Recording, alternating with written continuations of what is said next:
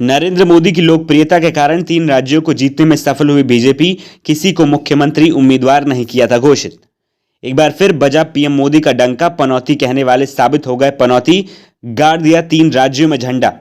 2023 के नतीजों ने भाजपा के लिए आसान की 2024 की राह, विपक्ष का टूटने लगा बंधन, कई और पार्टियां होंगी एनडीए में शामिल।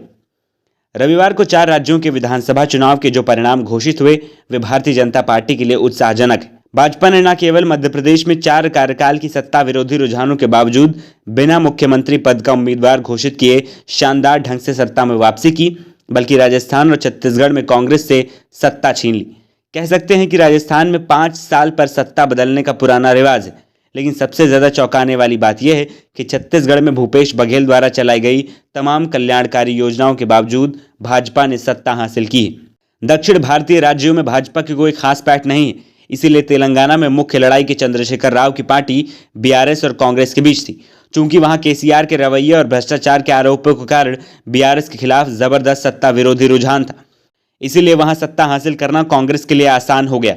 इसके अलावा रेवंत रेड्डी के नेतृत्व में वहां पार्टी का संगठन भी अपेक्षाकृत मजबूत है।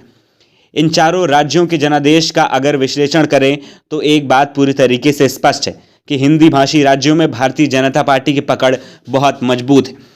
ये इससे भी स्पष्ट है कि वर्ष 2018 में राजस्थान, छत्तीसगढ़ और मध्य प्रदेश के विधानसभा चुनाव में कांग्रेस की जीत के तुरंत बाद 2019 में हुए चुनाव में इन राज्यों में भाजपा ने बहुत शानदार प्रदर्शन किया था। इस बार तो इन राज्यों में भाजपा ने जीत दर्ज की, इसीलिए 2024 में उसके लिए जीतना और आसान हो गया। इसका एक मतलब यह निकाला जा सकता है कि जहां जहां कांग्रेस और भाजपा में सीधी टक्कर होती है, संगठन और चुनावी मशीनरी के मामले में काफी कमजोर होने के कारण कांग्रेस भारतीय जनता पार्टी से पिछड़ जाती, और जहां कांग्रेस का मुकाबला क्षेत्रीय पार्टियों से होता है वहां उसे सफलता मिलती है। दूसरी बात यह है कि नरेंद्र मोदी की लोकप्रियता आज भी बरकरार है। इन सभी राज्यों में भाजपा ने अपना मुख्यमंत्री पद का उम्मीदवार घोषित नहीं किया था और मोदी के चेहरे पर ही चुनाव लड़ा। बेशक इन चुनावों में भाजपा की जीत के पीछे और भी कई मुद्दे थे, लेकिन नरेंद्र मोदी का चेहरा एक महत्वपूर्ण कारक रहा।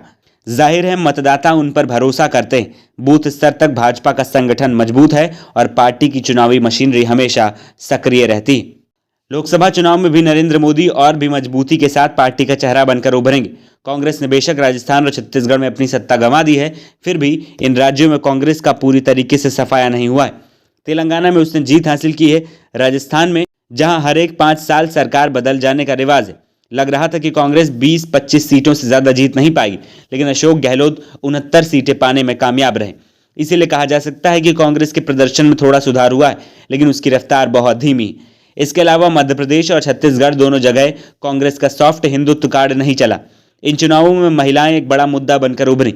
मध्य प्रदेश में भाजपा की लाडली बहन योजना का शिवराज सिंह चौहान को बहुत फायदा मिला। इसका यह भी मतलब है कि मोदी की भाजपा को टक्कर देना या इंडिया गठबंधन के इतने दलों के बीच उसकी बराबरी करने में भी अभी कांग्रेस को काफी मुश्किलें होंगी।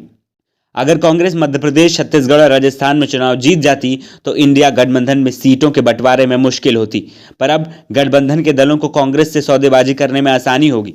भाजपा के खिलाफ विपक्ष की ओर से एक और उम्मीदवार खड़ा करने की नीति को लोकसभा चुनाव में अगर प्रभावी ढंग से लागू नहीं किया गया तो स्थिति और भी खराब हो सकती है।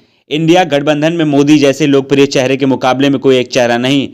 इसके अलावा गठबंधन के दलों का संगठन भी कमजोर है।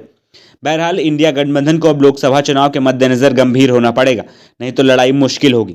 इन नतीजों को देखकर निर्णायक रूप से ये नहीं कहा जा सकता है कि ऐसे ही नतीजे 2024 में भी होंगे, लेकिन इसका असर लोकसभा चुनाव पर पड़ना लाजमी है। अब देखने वाली बात यह होगी कि भाजपा इन राज्यों में नए चेहरों को नेतृत्व सौंपती है या पुराने चेहरे को ही नेतृत्वकर्ता बनाया जाएगा। क्या मध्य प्रदेश में शिवराज सिंह चौहान को हटाया जाए? वैसे भी लोकसभा चुनाव में अब बहुत कम दिन रह गए, इसलिए चेहरा बदलने के भी अपने जोखिम, लेकिन पार्टी ये जोखिम उठा सकती है क्योंकि उसके पास मोदी जैसा लोकप्रिय चेहरा है।